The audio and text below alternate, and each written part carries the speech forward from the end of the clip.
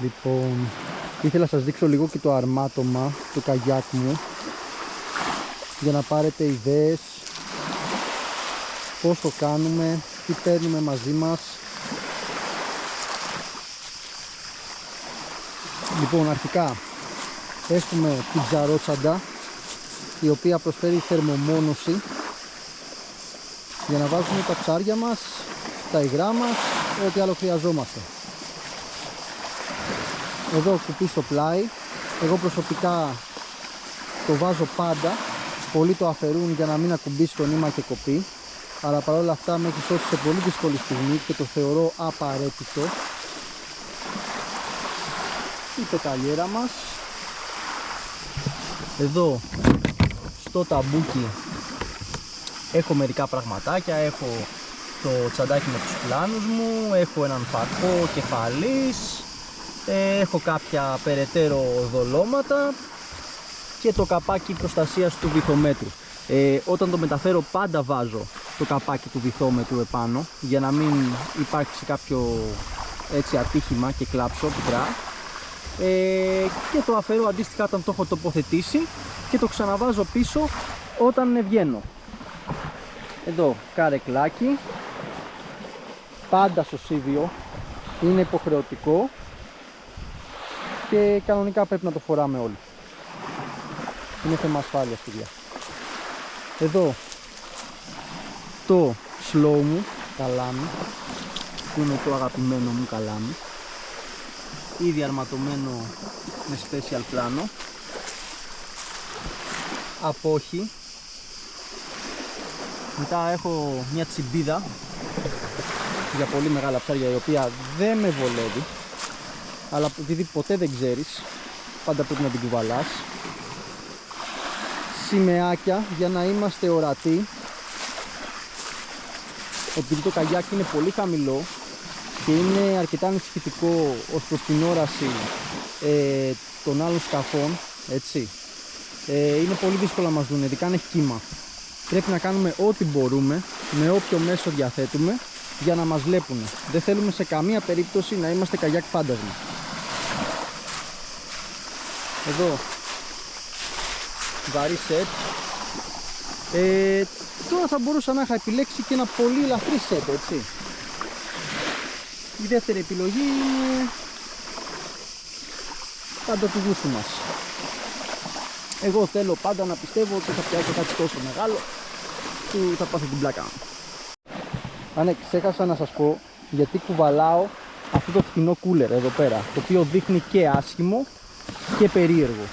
Είναι γιατί δυστυχώς η μπροστινή μου τσάντα, ενώ δείχνει όμορφη και αξιοπρεπέστατη, μόνο αυτό δεν είναι. Είναι αυτό που λένε απ' έξω κούκλα και από μέσα πανούκλα.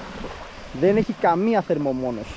Γι' αυτό και πολλές φορές το πιο φθηνό προϊόν βγαίνει και το πιο ακριβό προϊόν.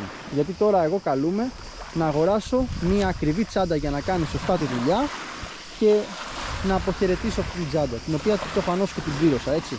Άρα είναι αυτή η τσάντα συν μια πιο ακριβή τσάντα. Θα κάνω και βίντεο που θα συγκρίνω τσάντες διάφορων εταιριών, ώστε να δείτε πάνω κάτω τι θα χρειαστείτε εσείς προσωπικά.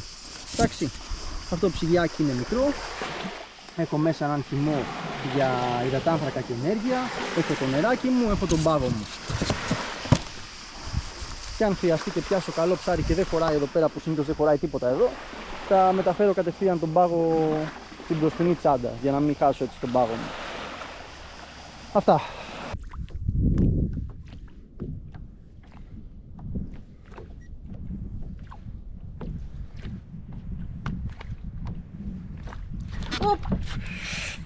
Αυτό είναι μεγάλο, φίλε. Του παίρνω μέτρα.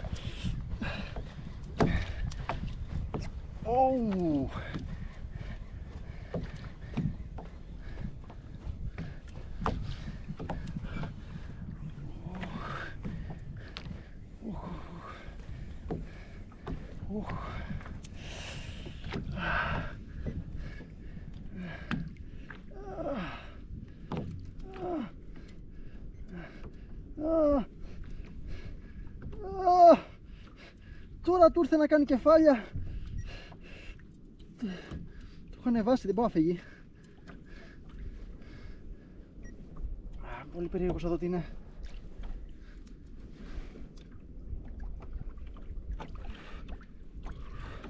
Παιδιά, κουπανιέται περίεργα αυτό. Πρέπει να είναι τούνα ή κάποια ντάσκα. Κάνει νταπ. Ναι. Αυτό τώρα.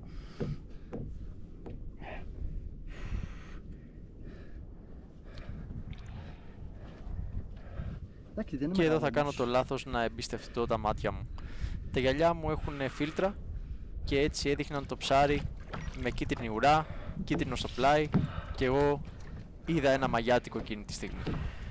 Παρ' όλα αυτά είχα καταλάβει προπολού ακριβώς τι ψάρι ήταν, γι' αυτό και θα σας συμβούλευα πάντα να εμπιστεύεστε το ένστικτό σας και τις αισθήσεις σας.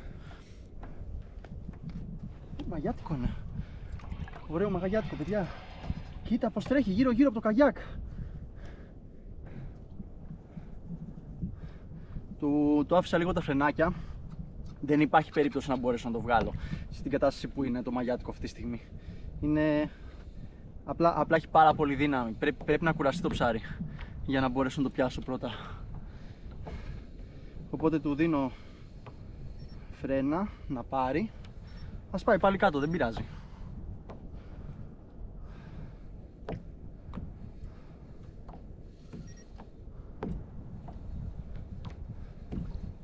Εδώ δες. Πάει. Έλα εδώ πάλι.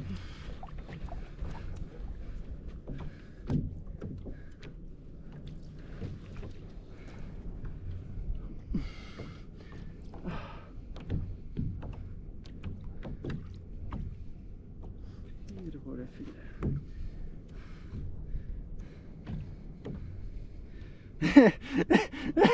Ήδη κουράστηκα. Έλα πάλι πάνω. Άντε τώρα. Άστα αυτά σε μένα.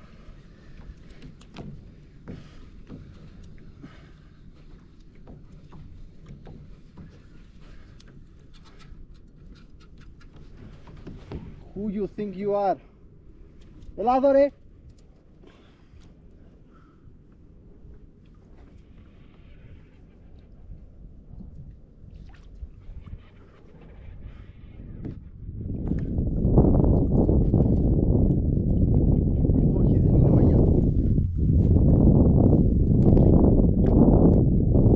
Ντάσκα είναι και έχει και μια δεύτερη που την κυνηγάει από πίσω την καημένη. Μεγάλα ψάρια.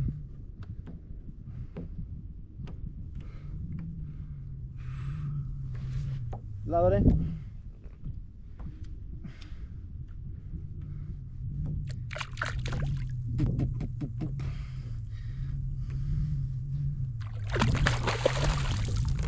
Μη με κάνεις ντουζ. Ηρέμησε. Πώς να ηρεμήσει βέβαια με αυτό που γίνεται τώρα. Δεν του αρέσει. Κάνε από την...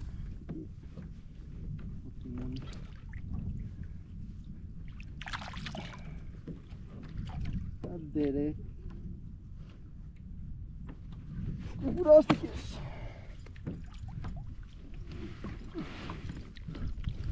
Δεν χωράει στην απόκη.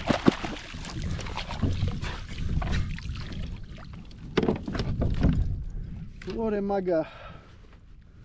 Κάτσε με σπάσουμε και ένα γαλάνι. Εντάξει λέμε.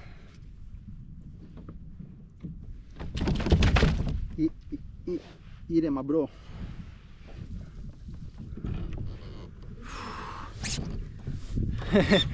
Ο ώμος μου ξεκόλλησε.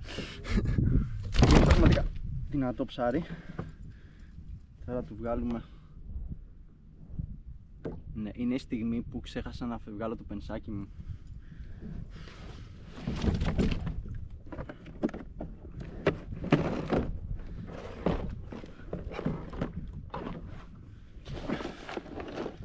Και έλεγα κάτι ξέχασα.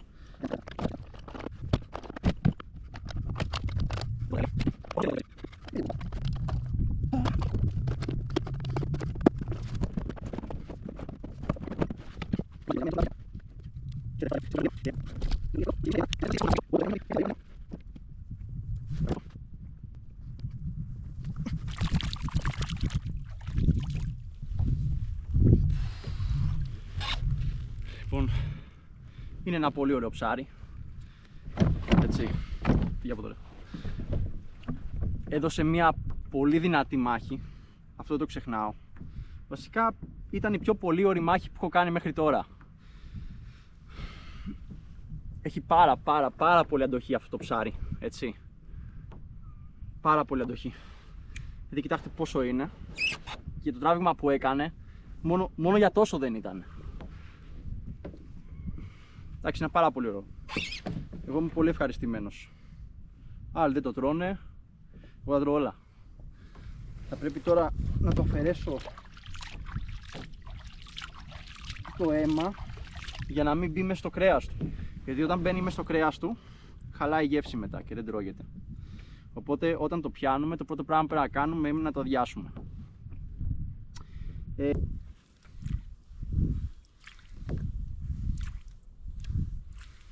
Τώρα βρήκα μια μπάλα με ψηλό. Αυτό πήγα να πω. Ότι ενώ βρήκα μια μπαλίτσα έτσι με ψηλό, μπορεί να έχει κάτι μεγαλύτερο μέσα.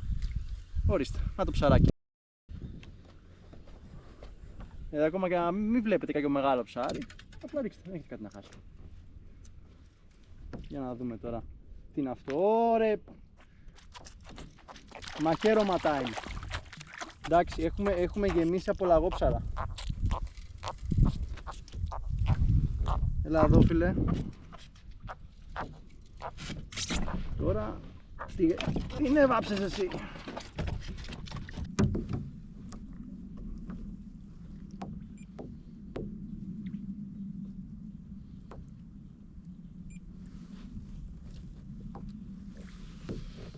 Και έτσι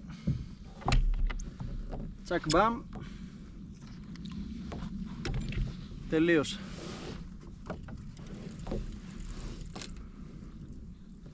Πάμε. Γιατί τώρα ξαναρίχνω? Γιατί έχει καλύτερα ψάρια και θα τα ξεκλειδώσω, ή πολύ απλά θα ξαναπιάσω λαγόψαρο. Όχι φίλε, δεν θα πας πουθενά. Ο οδηγός ήταν ήδη σπασμένος. Την προηγούμενη μέρα χτύπησα το καλάμι μες στο σπίτι, με αποτέλεσμα να στραβώσω τον οδηγό από την αντίθετη κατεύθυνση. Εγώ τον επανέφερα όσο μπορούσα με τα δάχτυλά μου και ελπίζα ότι θα μπορούσα να κάνω ακόμα ένα ψάρεμα πριν το στείλω για σέρβις. Έσφαλα όμως.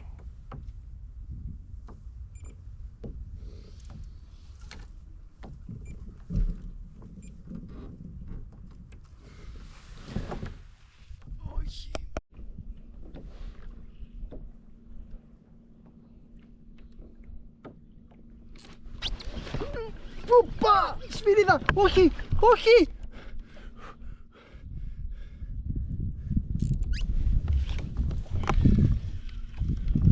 Όχι ρε φίλε! Την μπούκωσε και δεν πιάστηκε!